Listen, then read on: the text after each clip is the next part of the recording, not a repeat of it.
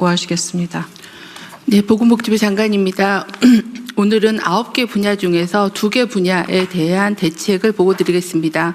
먼저 고립 위기 가구 자살 예방 대책입니다. 경제적 위기로 인한 자살 못지않게 1인 가구 증가 등에 따른 사회적 고립 위기가 확산되고 있습니다. 고립 위기 가구의 경제, 관계, 심리 문제가 심화되지 않도록 위기 신호를 조기에 포착하고 저소득층에 대한 경제적 지원을 강화하고 사회적 고립을 예방하기 위한 연결 및 서비스가 필요합니다. 관계 부처와 함께 고립 위기 가구의 삶을 포기하지 않는 복지 체계를 구축하겠습니다. 자살 고위험군의 복지 지원을 확대하고 복지 사각지대 지원율을 30년까지 70%로 높이고 사회적 고립도는 27%로 낮추는 것을 목표로 분야별 과제를 추진하겠습니다. 세부 계획을 말씀드리겠습니다. 첫째, 구독사 위기 대응 시스템에 자해, 자살 시도 등 위기 정보의 가중치를 적용하여 자살 위험자를 우선 선별하겠습니다. 복지 사각지대 발굴 시스템에는 자살 관련성이 큰 과다 채무, 불법 사금융 피해 등 금융 위기 정보의 연계를 확대하고 심각한 금융 위기 가구에 복지를 연계할 수 있도록 금융 관계 기관과 지방 정부 간 긴급 의뢰 체계를 확대하겠습니다. 읍면동 복지 담당 인력을 단계적으로 증원하고 방문 상담 시에는 생활 물품 세트를 지원해서 위기 가구에 대한 접근성을 높이겠습니다. 경비원 등 생활 현장 주민이 고위험군 발굴에 참여하도록 민간의 인적 안전망도 강화하겠습니다. 둘째, 저소득층 자살 예방을 위한 경제적 지원입니다. 기존의 사회보장 제도와 더불어서 긴급복지는 자살 고위험군이면 현장 확인을 생략해서 신속하게 지원하고 읍면동 재량으로 소액의 긴급 생계비를 우선 지원할 수 있도록 하겠습니다. 최저생활 보장을 위해 80여 개 복지사업의 기준으로 활용되고 있는 기준중위 소득을 내년에는 6.7%로 인상하는 것으로 결정하였습니다. 생계급여, 의료급여, 부양 의무자 기준도 개선해서 경제위기 사각지대를 줄이겠습니다. 과도한 채무로 인한 자살 방지를 위해서 채무조정 상담 등 연계를 하는 종합적인 지원을 강화하겠습니다. 주거급여를 인상하고 쪽방, 고시원 등 취약계층과 사망, 화재 등 긴급 상황 시에 임대주택 등 주거를 지원하겠습니다. 셋째, 고립 예방을 위해 사회적 연결과 서비스를 강화하겠습니다. 생애 주기별 특성을 고려해 고립을 예방하고자 합니다.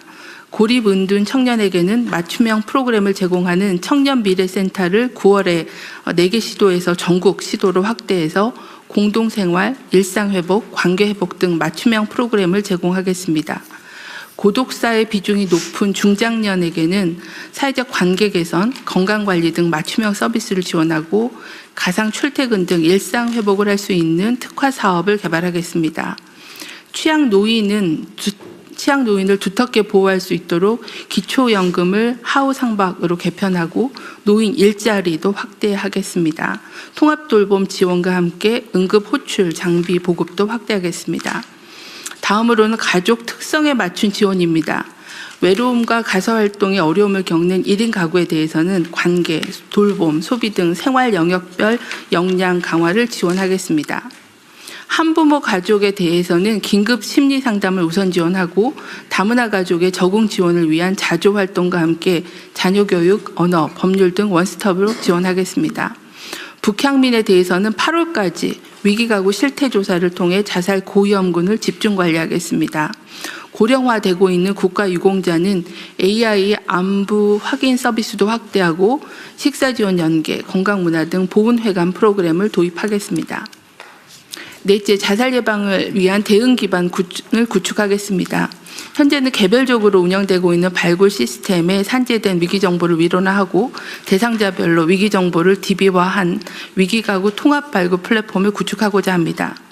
지방 정부별로 자살 예방관을 지정하고 국가 자살 대응실을 운영하겠습니다. 끝으로 범정부 차원의 사회적 고립 대응 체계를 구축하기 위해서 전담 차관을 지정하고 고독사 예방법을 사회적 고립 예방법으로 확대 개정하고 범정부 협업 로드맵을 마치겠습니다. 이어서 돌봄 간병부담 자살 예방 대책을 보고드리겠습니다. 중증 질환, 중증 장애가 있는 가족을 돌보던 중 가족이 자살하는 사례가 반복되고 있습니다. 돌봄 부담에 따른 자살 사례를 분석해 보면 주로 고령 부부 사이에서의 간병, 중증 장애 자녀를 돌보던 중에 있었으며 장기간 홀로 24시간 쉼 없이 가족을 돌보던 중 돌보던 가족 본인도 심각한 질병이나 우울증을 앓게 되거나 한계에 봉착했다고 판단했을 때 안타까운 자살 사건들이 발생한 것으로 파악되었습니다. 그간 지역사회 통합돌봄 전국 시행, 발달장애인 통합돌봄 등 공적 돌봄 체계를 지속 확대해 왔으나 여전히 가족이 주 돌봄자일 수밖에 없는 환경에서 특히 나홀로 돌봄 중에 있는 가족에 대한 지원은 한계가 있었습니다. 돌봄 부담이 가족 자살로 이어지는 고리를 끊어내기 위해서 관계부처와 함께 돌보는 가족의 건강한 삶과 생명을 지키는 국가를 실현하겠습니다. 돌봄 부담에 따른 가족의 위기 신호를 빠르게 포착 지원하고 가족의 돌봄 부담을 완화하며 가족 돌봄자의 소진을 예방할 수 있는 서비스와 체계적인 정책 기반을 만들어 가겠습니다. 세부 추진 과제입니다. 첫째, 돌봄 자살 위기 가족을 먼저 찾아가겠습니다. 올해 하반기 사회보장 데이터를 활용해서 중증 치매, 발달장애인 등 돌보는 가족 중 돌봄 부담이 높을 것으로 예상되는 자살 고위험 가구를 집중 발굴, 조사하겠습니다. 돌보는 가족이 고령자이거나 돌봄 서비스를 일정 기간 미이용한 경우 등을 우선적으로 발굴할 계획입니다. 이렇게 발굴된 고위험 가구에는 긴급 돌봄 서비스를 지원해서 돌봄 부담을 줄이고 정신건강 전문 상담도 연계하겠습니다. 가족 돌봄 청년에 대해서는 일상 돌봄 서비스를 지원하고 장기 요양 시설 급여를 지원하겠습니다. 이와 더불어 가족들이 겪고 있는 복합적인 위기 해소를 위해서 통합적으로 사례 관리를 하고 통합 돌봄 서비스를 우선적으로 연계하겠습니다. 돌봄의 시작 단계부터 가족 돌봄 부담 정도를 파악하고 자살 위험 신호를 조기에 포착하겠습니다. 장기 요양 신청 또는 장애 등록 시에 가족 돌봄 환경도 함께 조사하고 발달장애인 지원센터 등에서도 우울 선별 검사를 통해 고위험군에게 정신건강복지센터에서의 전문적인 상담을 연계 지원하겠습니다. 둘째, 가족의 돌봄 부담을 더욱 완화하겠습니다. 중증 장기 요양 수급자의 방문 요양 지원을 지속적으로 확대하고 방문 재활, 방문 영양, 병원 동행 등 신규 서비스 개발 등을 통해서 다양한 재가 서비스를 확대하겠습니다. 심한 도전 행동으로 가족의 부담이 큰 체중증 발달 장애인을 위한 맞춤형 1:1 돌봄, 24시간 긴급 돌봄 서비스도 확대하겠습니다. 농어촌 등 인프라가 취약한 인구 감소 지역에서도 돌봄이 원활히 제공될 수 있도록 기반을 강화하겠습니다. 현재 돌봄 서비스 수요 공급 현황에 대한 실태 분석을 하고 있습니다. 이를 토대로 서비스 취약지에 대해서는 공공 인프라를 통한 서비스 제공 기반을 강화하겠습니다. 농어촌 어르신을 위해 주민 조직 등 지역 자원을 활용한 돌봄 서비스도 지속 지원하겠습니다. 치매나 발달장애처럼 고난도의 돌봄이 필요한 경우 이를 처음으로 접하는 가족에게 단계별 돌봄 정보와 경험을 전수하고 상담과 교육도 더 강화하겠습니다. 셋째, 가족 돌봄자가 지치지 않게끔 돕겠습니다. 중증 치매 수급자 가족이 휴식을 통해 회복할 수 있도록 단기 보호, 종일 방문 요양을 제공하는 가족 휴가제 이용을 활성화하겠습니다. 또한 발달장애인의 가족 휴식 지원 대상도 확대하겠습니다. 가족의 돌봄 간병 때문에 실직하지 않도록 가족 돌봄 휴가, 휴직제도 사용 대상을 확대하는 등 제도 개선을 하겠습니다. 간병비 등으로 경제적 어려움을 겪는 가족을 위해 내년 상반기부터 요양병원 간병급여를 도입하고 긴급복지 생계지원금을 인상하고 가족 돌봄 청년의 자기 돌봄비 지원도 개선하겠습니다. 마지막으로 정책 기반을 만들겠습니다. 가족 돌봄자에 대한 실태조사와 함께 돌봄 간병 부담을 자살 원인으로 분류 분석해서 기초 자료를 구축하겠습니다. 또한 다양한 돌봄 특성을 고려한 돌봄 위기가구 등을 통합적으로 발굴하는 위기가구 통합 발굴 플랫폼을 구축하겠습니다. 정부는 돌봄 간병으로부터 국민의 생명을 지키기 위해 최선을 다하겠습니다. 이상 보고를 마치겠습니다. 지금 이게 자살 관련된 대책은 부처별로 따로따로 지금 순차적으로 보고하고 있는 건가요? 네, 지금 9개의 대책을 마련을 했고 그걸 각 부처별로 그 주되게 하는 영역들을 9개 단위로 지금 해서 계속 좀 보고 있습니다. 네. 어쨌든 그 계속 보기로 하고요. 일단은 이게 지금 자살 원인은 뭐 아주 다양할 텐데 그 마지막 단계는 거의 어쨌든 정신질환으로 네. 우울증으로 이환되는 경우가 많을 것 같고, 근데 그 원인이 이제 사는 게 고통스럽고 또 외롭고 힘들어서 그런 거 아니겠어요? 근데 네. 결국은 사는 것보다 죽는 것보다 사는 게 힘든 상황?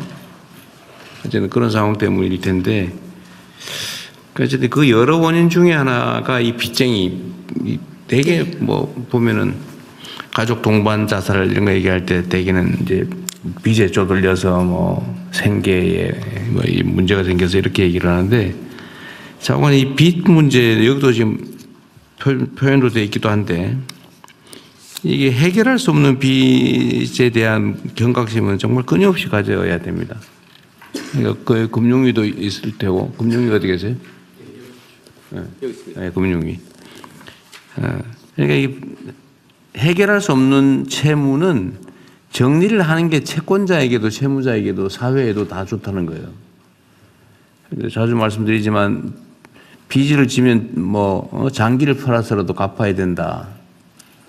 이런 주장을 하는 경우도 사실은 있고, 죽을 때까지 갚아야 된다, 자식이라도 갚아야 된다, 이런 고정관념들이 있단 말이에요. 어쨌든 이런 홍보도 좀 할 필요는 있을 것 같아요. 인식 개선을 위한. 그리고 더 중요한 거는 선진국들이 하는 것처럼 시스템에 의해서 갚을 수 없는 부채는 청산을 한다, 세출을 바랄 수 있게 한다라고 하는 것을 끊임없이 현장에서 실현을 좀 해줘야 됩니다.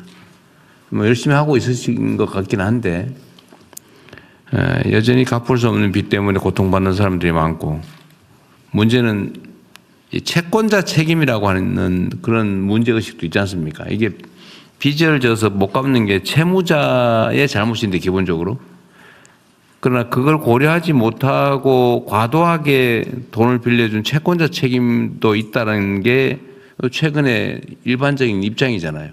과거와는 다르게. 그리고 전문적인 대출업자들은 일정 부분의 채무가 이행불능 상태가 될 거다라는 걸 다 감안을 해가지고 그 비용으로 다 사전 처리가 되지 않습니까? 그러니까 실제로 예견된 상황이 벌어져서 못 갚는 경우는 그럼 원래 청산을 하는 게 원래 예정되어 있는 거죠. 근데 너무 인색하단 말이에요. 그래서 이거는 좀 더 적극적으로 좀 해주면 좋겠어요. 그리고 시스템적으로 전에도 한번 봤는데, 뭐 법률구조공단이 이제 이 업무를 또 하고 있는 것 같더라고요. 법률구조 활동으로 채무 청산하는 거, 뭐 신용회복이든 파산 면책이든 이런 신청도 대행해 주는 모양인데, 하여튼 그 대행 비용이 또 수백만 원씩 든다고요.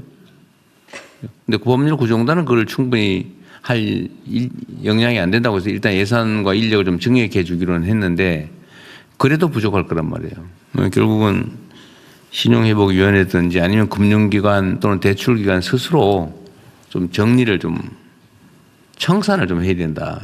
팔지 말고, 뭐 일부 팔 수도 있겠지만 무조건 팔아서 그 추심하는 그 고통을 가하지 않도록 좀 해주면 좋겠습니다.